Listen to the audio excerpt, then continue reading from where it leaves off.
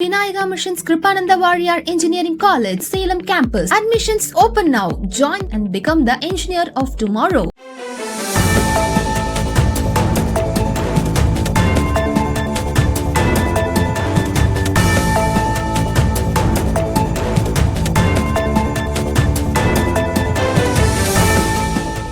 தமிழக சட்டசபை தேர்தலுக்கு பிறகு மதுராந்தகம், பெருந்துறை, தாராபுரம், அம்பாசமுத்திரம் தொகுதிகளின் அதிமுக எம்எல்ஏக்கள் பதவியை ராஜினாமா செய்துவிட்டு தாவேகாவில் சேர்ந்தனர்.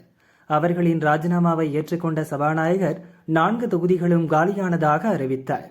இதை எதிர்த்து அதிமுக கொறடா அக்ரி கிருஷ்ணமூர்த்தி ஹைகோர்ட்டில் வழக்கு தொடர்ந்தார்.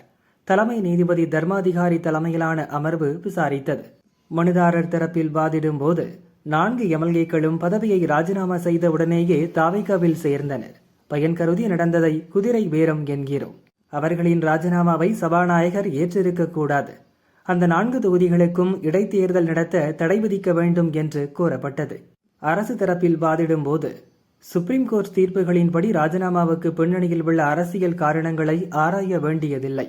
ராஜினாமா கடிதம் உண்மையானதா, அது தானாக முன்வந்து கொடுக்கப்பட்டதா என்பதை மட்டுமே சபாநாயகர் உறுதிப்படுத்தினாலே போதும் என சொல்லப்பட்டது. இருதரப்பு வாதங்களையும் கேட்ட ஹைகோர்ட் 4 தொகுதிகளுக்கும் இடைத்தேர்தல் அறிவிக்க தடை விதிக்க முடியாது என கூறி மனுவை தள்ளுபடி செய்து உத்தரவிட்டது.